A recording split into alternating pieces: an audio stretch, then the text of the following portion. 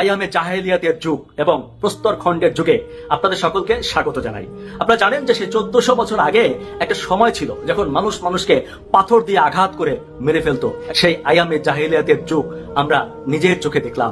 ঘটনাটা বড়ই দুঃখজনক একটা ঘটনা।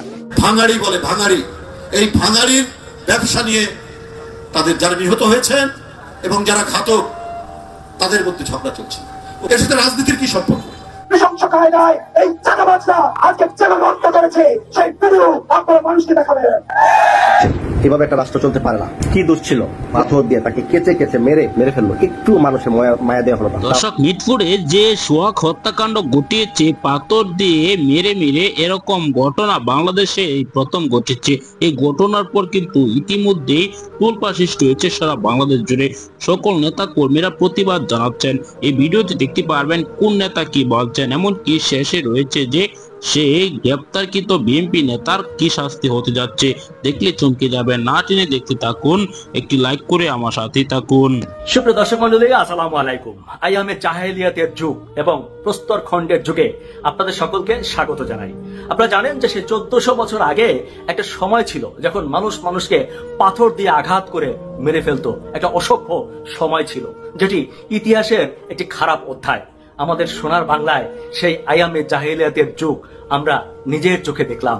আপনারা সোশ্যাল মিডিয়াতে দেখেছেন যে একটা মানুষকে কতটা নির্মম ভাবে চাঁদার জন্য পাথর দিয়ে আঘাত করে তার মৃত্যু নিশ্চিত করা হয়। সেখানে শেষ না, তার মৃতদেহকে টেনে রাস্তার মাঝখানে এনে তার বুকের উপর উঠে লাফালাফি করে সারা এলাকার মানুষকে জানানো হয়, দেখো আমাদেরকে চাঁদা না দিলে তার পরিণতি কতটা খারাপ হতে পারে। দর্শক মন্ডলী, এ তো দেখলেন ট্রেলার মাত্র। অপেক্ষা করুন, আপনাদেরকে আরো খারাপ কিছু দেখতে হবে।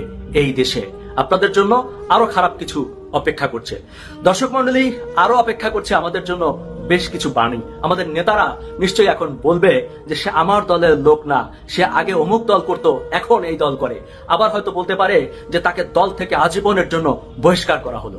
বাস, এটাই আমাদের সান্ত্বনা পেতে হবে যে আমাদের বিচার হয়ে গেছে।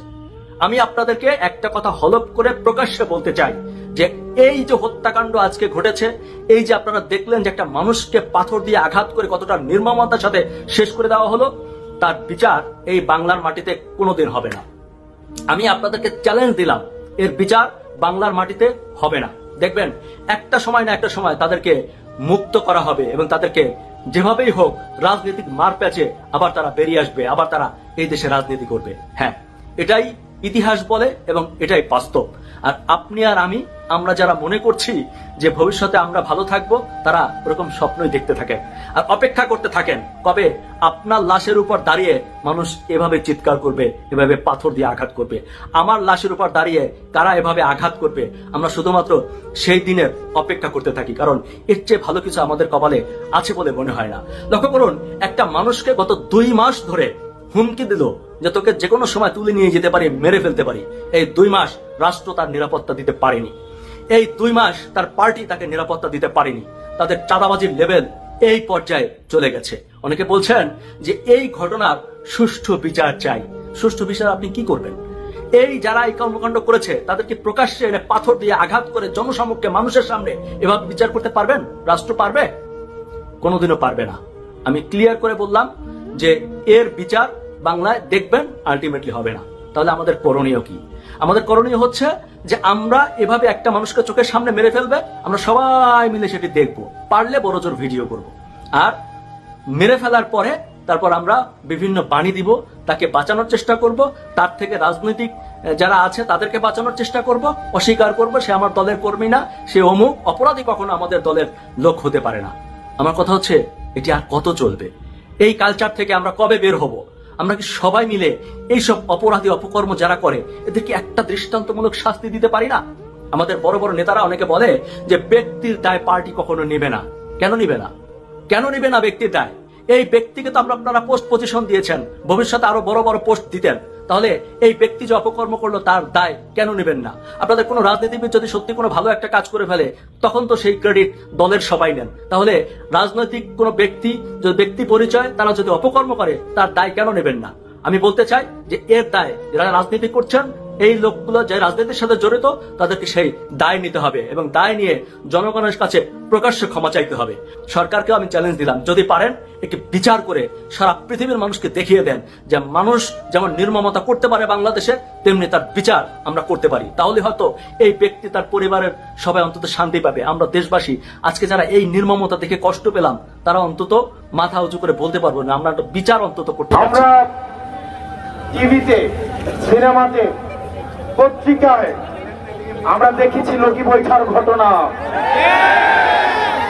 লগি বৈঠা শুরু করেছিল আওয়ামী লীগ, সেটার সিলসিলা এখন বহন করছে যারা মুজিববাদের নতুন করে ঠিকাদার হয়েছে, তারা আমার সেটার সিলসিলা ধারণ করেছে। সেদিন থেকেই রুমিন ফারহানারা ৩২ ভাঙার জন্য তারা মায়া কান্না জুড়ে দিয়েছে। সেদিন থেকেই বুঝে গিয়েছি যে এই দল চাঁদাবাজদের অভয়ারণ্য পরিণত হবে। আজকে শুনলাম একজন বলছে নেতা যদি অর্ডার দেয় 10 মিনিটে নাকি সরকার পতন করবে। এই 17 বছর কোথায় ছিলে?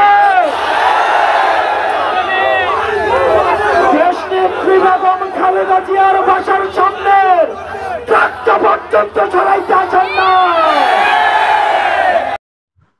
দর্শক, বাংলাদেশের এই প্রথম কিন্তু এরকম ঘটনা ঘটেছে যে পাথর দিয়ে মেরে একজন যুবককে হত্যা করেছে।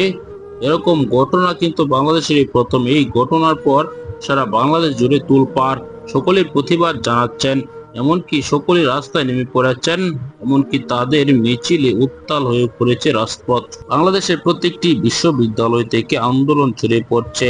বিএনপির এরকম কর্মকাণ্ডে সকলেই ক্ষিপ্ত হয়ে গিয়েছে। বিএনপি সিনিয়র নেতা কর্মীরাও মুখ খুলছে একে একে। দর্শক, আপনারা জানেন যে বিএনপি নেতা হত্যা করেছে, সেই মূল নেতা কিন্তু এখন পর্যন্ত গ্রেপ্তার হয়নি। কয়েকজন গ্রেপ্তার হয়েছে, তারা বলছে সেখানে তারা ছিলেন না, তারা দূরে ছিলেন। দর্শক, পরবর্তীতে আরো জানা যাবে যে কারা গ্রেপ্তার হচ্ছে, এমনকি সেই গ্রেপ্তারকৃত ব্যক্তি কি তথ্য দিচ্ছে। সামাজিক যোগাযোগ মাধ্যমে কিছু ভিডিও আপনারা ইতিমধ্যে ইঙ্গিতপূর্ণ পেয়েছেন। পূর্ণাঙ্গ ভিডিওগুলো পেতে অবশ্যই একটু অপেক্ষা করতে হবে।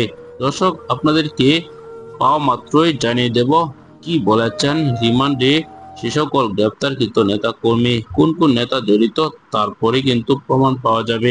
দর্শক, আপনারা এই ভিডিওতে যে তথ্যগুলো পেয়েছেন, এসব বিষয় নিয়ে আপনার কি মতামত জানাবেন। আসসালামু আলাইকুম।